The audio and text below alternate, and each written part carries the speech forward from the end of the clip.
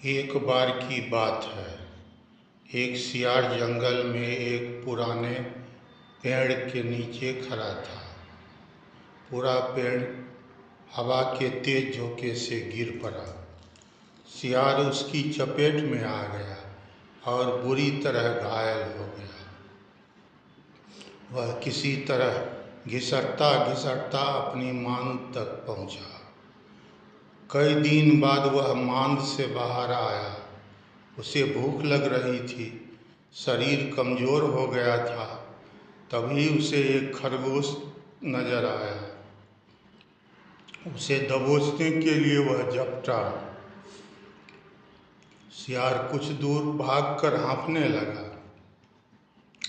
उसके शरीर में जान ही कहाँ रह गई थी। फिर उसने एक बटेर का पीछा करने की कोशिश की। यहाँ भी वह असफल रहा। हिरन का पीछा करने की तो उसकी हिम्मत भी ना हुई। वह खड़ा सोचने लगा, शिकार वह नहीं कर पा रहा था। भूखों मरने की नौबत आ ही। समझो क्या किया जाए। वह इधर उधर घूमने लगा, पर कहीं कोई मरा जानवर नहीं मिला। घूमता घूमता वह एक बस्ती में आ पहुंचा। उसने सोचा शायद कोई मुर्गी या उसका बच्चा हाथ लग जाए। सो वह इधर उधर गलियों में घूमने लगा। तभी कुत्ते भौं भौं करते उसके पीछे पड़ गए। सियार को जान बचाने के लिए भागना पड़ा। गलियों में घुसकर उसको छकाने की कोशिश करने लगा, पर कुत्ते तो कस्बे की गली गली से परिचित थे। सियार के पीछे पड़े कुत्तों की टोली बढ़ती जा रही थी और सियार के कमजोर शरीर का बल समाप्त होता जा रहा था। सियार भागता हुआ रंगरेज की बस्ती में आ पहुंचा। वहां उसे एक घर के सामने एक बड़ा ड्रम नजर आया। वह जान बचाने के लिए उसी ड्रम में कूद पड़ा। ड्रम में रंगरेज ने कपड़े रंगने के लिए रंग घोल रखा था। कुत्तों का टोला भौंकता चला गया। सियार सांस रोककर रंग में डूबा रहा। वह केवल सांस लेने के लिए अपनी थूथनी बाहर निकालता। जब उसे पूरा यकीन हो गया कि अब कोई खतरा नहीं है, तो वह बाहर निकला। वह रंग में भीग चुका था। जंगल पहुंचकर उसने देखा कि उसके शरीर का सारा रंग हरा हो गया था। उस ड्रम में रंगरेज ने हरा रंग घोल रखा था।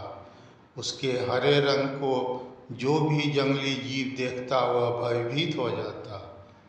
उनको खौफ से कांपते देखकर रंगे सियार के दुष्ट दिमाग में एक योजना आई। रंगे सियार ने डरकर भागते जीवों को आवाज दी, भाइयों भागो मत, मेरी बात सुनो। उसकी बात सुनकर सभी जानवर भागते जानवर ठिठके। उनके ठिठकने का रंगे सियार ने फायदा उठाया और बोला, देखो देखो मेरा रंग। ऐसा रंग किसी जानवर का धरती पर है नहीं ना। मतलब समझो, भगवान ने मुझे यह खास रंग तुम्हारे पास भेजा है। तुम सब जानवर को बुला लाओ तो मैं भगवान का संदेश सुनाऊं। उसकी बातों का सब पर गहरा प्रभाव पड़ा। वे जाकर जंगल के दूसरे जानवर को लाए। जब सब आ गए तो रंगा सियार एक ऊंचे पत्थर पर चढ़कर बोला, वन्य प्राणियों, प्रजापति ब्रह्मा ने मुझे खुद अपने हाथों से इस अलौकिक रंग का प्राणी बनाकर कहा कि संसार में जानवर का कोई शासक नहीं है। तुम्हें जाकर जानवरों का राजा बनकर उसका कल्याण करना है। तुम्हारा नाम सम्राट ककुदुम होगा। तीनों लोकों के वन्य जीव तुम्हारी प्रजा होंगे। अब तुम लोग अनाथ नहीं रहे। मेरी छत्र छाया में निर्भय होकर रहो। सभी जानवर वैसे ही सियार के अजीब रंग से चकराए हुए थे। उसकी बातों ने तो जादू का काम किया। शेर, बाघ, चीते की भी ऊपर की सांस ऊपर और नीचे की सांस नीचे रह गई। उसकी बात काटने का किसी में हिम्मत ना हुई। देखते ही देखते सारे जानवर उसके चरणों में लौटने लगे और एक स्वर में बोले, हे ब्रह्मा के दूत, प्राणियों में श्रेष्ठ ककुदुम, हम आपको अपना सम्राट स्वीकार करते हैं। भगवान की इच्छा का पालन करके हमें बड़ी प्रसन्नता होगी। एक बूढ़े हाथी ने कहा, हे सम्राट, अब हमें बताइए कि हमारा क्या कर्तव्य है। रंगा सियार सम्राट की तरह पंजा उठाकर बोला, तुम्हें अपने सम्राट की खूब सेवा और आदर करना चाहिए। उसे कोई तकलीफ नहीं होनी चाहिए। हमारे खाने पीने का शाही प्रबंध होना चाहिए। शेर ने सिर झुकाकर कहा, महाराज, ऐसा ही होगा। आपकी सेवा करके हमारा जीवन धन्य हो जाएगा।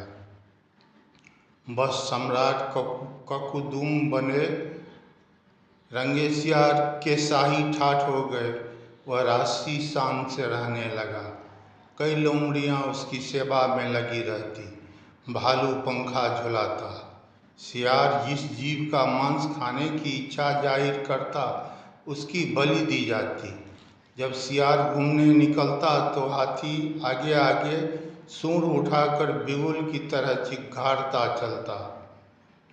दो शेर उसके दोनों ओर कमांडो बॉडीगार्ड की तरह होते। रोज ककुदुम का दरबार भी लगता।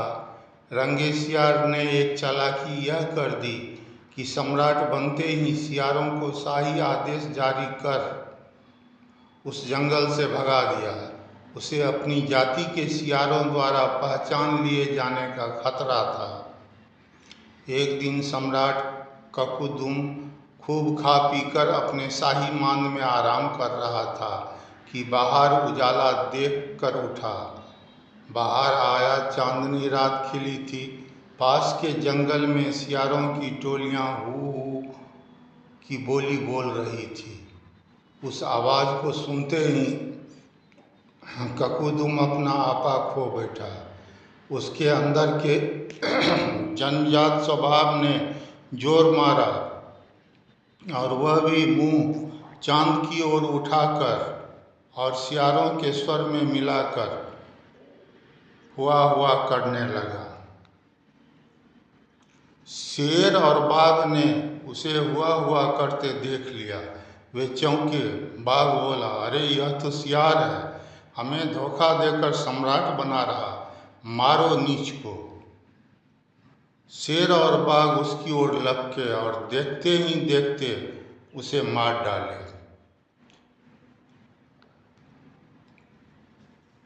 इस कहानी से सीख मिलती है कि लोगों को हर समय बेवकूफ़ नहीं बना सकते। कभी ना कभी उसका सच्चाई सामने आ जाता है। धन्यवाद। कहानी समाप्त हुई।